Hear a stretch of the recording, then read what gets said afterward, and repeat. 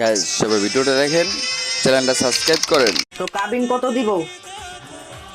10 লাখ। ঠিক আছে। 10 লাখ? কি গো তুমি এগুলা? তুমি কি এনে বিয়ে করতে বইছো নাকি আমার এনে ব্যবসা করতে বইছো? কাবিন 10 লাখ টাকা মানে? ব্যবসার কি আছে? 10 লাখ কাবিন হয় না? হইতে পারে, কিন্তু তুমি যখন আমার লগে প্রেম করছো তখন তো কইছো টাকা চাই না, শুধু তোমারে চাই। আর এখন বিয়ে করতে বইয়া তুমি কইতাছো কাবিন 10 লাখ টাকা?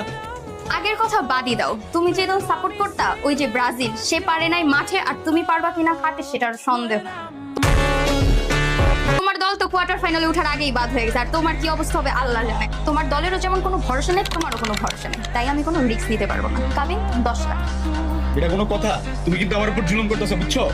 তাহলে বিয়ে করো না, ক্যান্সেল। বাবা আমি কি বিয়া পড়াবো নাকি চলে যাবো? না কি করবে না, করাবেন না? ভাড়া বাসে চিপায় আটকে 10 লাখ টাকা কাবিন চেতেছে করা। তাইলে বলেন আলহামদুলিল্লাহ কবুল। এই কল বন্ধ করেন, এই বিয়ে হবে না। কি হবে মানে?